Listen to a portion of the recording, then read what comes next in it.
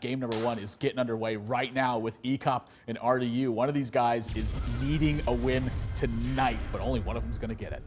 Yeah, again, just must-win situations for everyone tonight. So much pressure on every one of these players. Yeah, just when we were talking about HPL playing a lot of Grim Patron Warrior 2, this is one of the reasons I think that he's been doing so well, is he understands these dynamics and knows that people are paying close attention to what he's been doing. Mix that up a little bit. Yeah, if you can get any kind of edge on people by, mixing up the right deck at the right time, it can get you a win in a matchup, and that can be huge. Yep, Rdu queuing up Hunter here. I expect this to be very aggressive. It's, I don't think I've ever seen a successful control Hunter deck.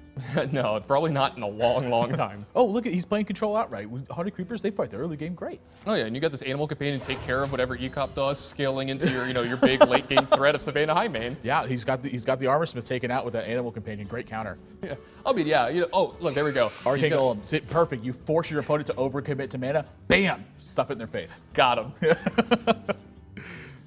Pretty darn good start for HPL. I don't think you can ask for a better one here. Yeah, that was the one of the perfect draws off the top here. He's going to be able to take care of these minions and gain some of that life back.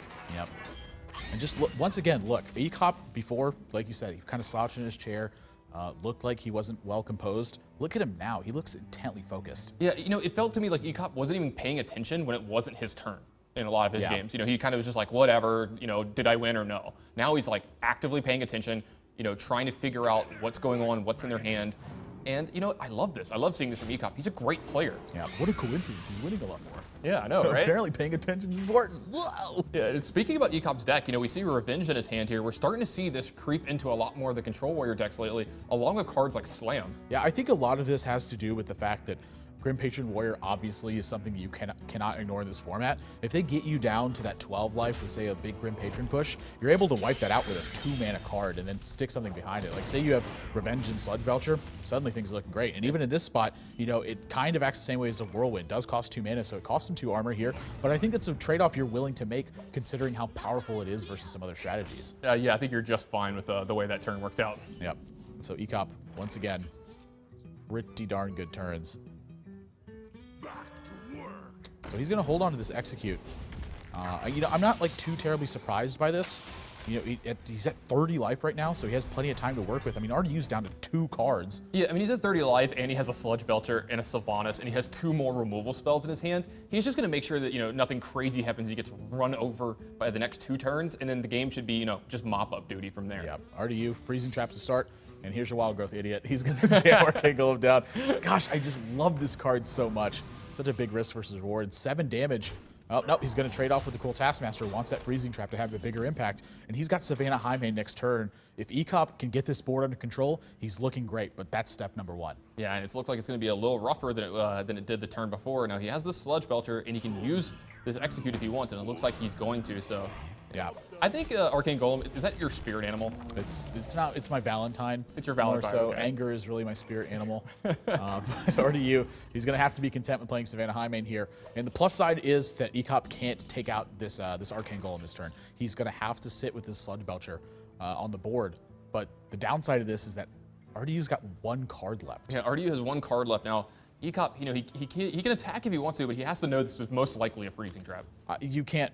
I don't think you can assume it's not Freezing Trap. But another thing that's happening here is that if he gets his Freezing Trap out of the way, it means Sylvanas is going to be free to attack. And it also means he's not going to be waiting for Rdu to draw an Eagle Horn Bow and then get an extra charge out of it. Well, this gives Rdu a little bit of an opening, though. He's going to be able to push for a ton of damage here this turn. Yeah, 10 is not a joke. And there's that Eagle Horn Bow. That's now 13, looking at 15 damage here. It's going to put HPL turn all the way down to 10. But this is kind of the risk that he has to be willing to take in this matchup, is at some point he has to get full control. If that's going to cost him 15 life, it's going to cost him 15 life. Yeah, I mean, this is the stress point of the match here. HPL, if he can get control of the board after this turn, it looks like he's going to be able to, then he just has to weather the storm from here. Ooh. What a draw that was, too. I don't think you can ask for a better one.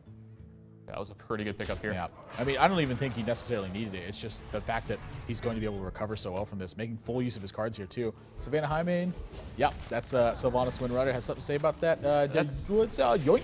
That's Savannah High main? That belongs to me now. That's my toy. Yep. Some things belong in a museum, some things just belong to HPL. Yeah, taking my ball and I'm going home. Yep. Ooh, Rdu picking up some burn here. So I think you just got to point it to the dome. Yeah, I don't think there's any way you can win by taking care of HPL's board here. You just have to point him upstairs and hope and pray. Yeah, I think there is some benefit to maybe waiting for a beast. If he draws Iron Beak Owl, kill command is going to deal 2 extra damage. So potential to hold on to these, but I think I'd like to see him just go ahead and use them. Yeah, just for mana considerations over the next turn or two. Yeah. So HPL's got to know that he's in kind of a rough spot here with RDU holding 2 cards there. Oh, geez. Yeah, that's speaking of belonging in museums, that's that's a Harrison Jones. We had a lot of weapons put into the museum yesterday, and the count just keeps on rising. It's going to just as long as Harrison Jones is a card and weapons are a thing, that count can only go higher. Yeah, but I think, like, as of right now, especially with the metagame within HPL, this is the most I've seen weapons played ever, or almost the most I've ever seen weapons played in my life. That's also sort of part of what you're going to get with this format too, is that since people don't have to fully commit to this card for the whole season, they're going to rotate it in and out of games. It's because you don't have to play with it that you actually play with it more. Yeah, we saw it early in the season. I mean, we didn't see it as much early in the season because we didn't see a lot of Grim Patron actually for the first week or 2 of HPL.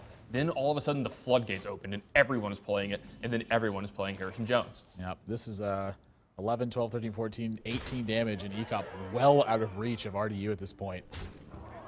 I don't think RDU wins this game. I mean, it would have to be. He needs like Deathwing off the top to get this one done. Ewan always saying they need to draw Deathwing. Well, it's not even going to work because HPL has a weapon, but... Yeah, he's just going to be safe here and play the second Sludge Belcher. Safe. Yeah, I mean, it's the safest way to play. You just play the Sludge Belcher and armor up. I mean, there's... HPL could close his eyes and start clicking random buttons and still win this game. Just literally blindfold himself, just start randomly clicking. Yeah, I've watched him play a blindfolded match before on stream. Oh, wow, really? Yeah, not a single card got played. Oh, okay. Not a single. Did he just rope out, or was he actually hitting in turn? It was pretty much rope out. RDU, no action for 3 straight turns, and that's going to be an easy pickings for HPL. This match already not the greatest for him. And speaking of rattling cages, HPL's going to go. By the way, still had all these. Yeah, this is something HPL's been doing in the last couple matches of his. He's been making sure to rub it in just a little bit at the end of his games. And why not rub it in? I mean, you just took a game off of one of the best players in the world. RDU's thinking the same thing too. Like, wow, I really lost this game. Guess what? HPL's also one of the best players in the world.